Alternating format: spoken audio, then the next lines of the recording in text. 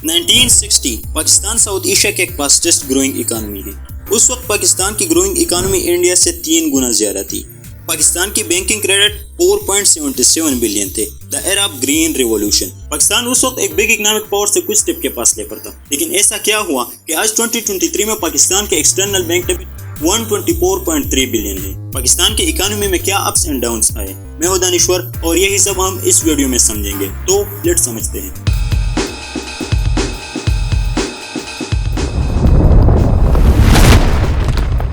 پاکستان کی فارمیشن ایک week economy کے طور پر ہوئی۔ اس کی بیسک ریزن ریڈ کلف ایوارڈ کے اندر پاکستان اور انڈیا کی ڈیویژن تھی۔ پاکستان کے حصے میں جو ٹیریٹریز آئی وہ ایک پروڈکشن لیس ٹیریٹریز تھی۔ Hand craft industries, metal industries, cotton textile, silk textile, یہ ساری انڈسٹریاں انڈیا کے حصے میں آئی۔ اور دوسری بڑی ریزن پاکستان اور انڈیا کے درمیان اکنامک ایسٹس کی ڈیویژن تھی۔ اس وقت انڈین گورنمنٹ کے پاس 400 کروڑ روپیز تھے۔ ان 400 کروڑ روپیز میں پاکستان کو 75 کروڑ ملنے تھے، لیکن پارٹیشن سے پہلے 15 اگست سے پہلے پاکستان کو صرف 20 کروڑ روپیز پرووائڈ کر دی گئی۔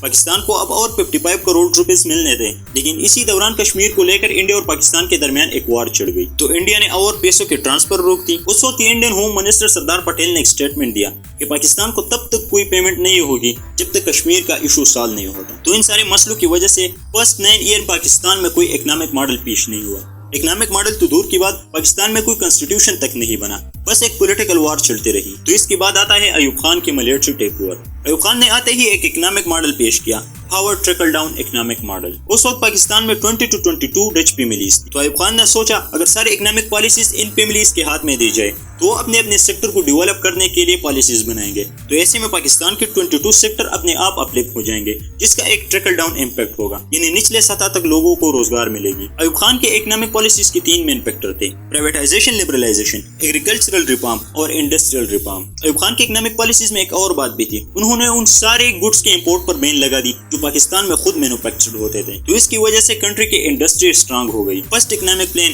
1955 to 60 میں 2 بلین انکریز ہوئی، اور سیکنڈ اکنامک پلان 1960 to 65 میں 3 بلین انکریز ہو گئی۔ ایوب خان نے انڈسٹریز کو سبسڈیز اور پروٹیکٹیو ٹیرف بھی پرووائڈ کی۔ پروٹیکٹیو ٹیرف کا بیسیکلی مطلب یہ ہے کہ ڈومیسٹک پروڈکٹ کے مقابلے میں امپورٹڈ گڈس کو مہنگا کرنا، تاکہ لوگ زیادہ تر ڈومیسٹک پروڈکٹس خریدیں اور انڈسٹری کو کچھ فائدہ ہو۔ ان پالیسیز کی وجہ سے اکنامک گروتھ میں تیزی سے اضافہ ہوا۔ 1960 میں یہ گروتھ ریٹ 7% رہی، جو اس وقت ساؤتھ ایشیا کی سب سے فاسٹسٹ گروتھ ریٹ تھی، لیکن پھر اس کے بعد ایوب خان کی ایرا کا دی اینڈ ہوتا ہے۔ 1969 میں ایوب خان نے ریزائن دیا اور بھٹو نے اپنا گورنمنٹ اسٹیبلش کیا۔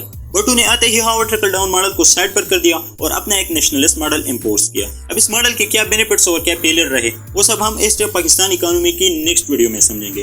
تو تب تک کے اس چینل کو سبسکرائب کریں، ملتے ہیں نیکسٹ ویڈیو میں۔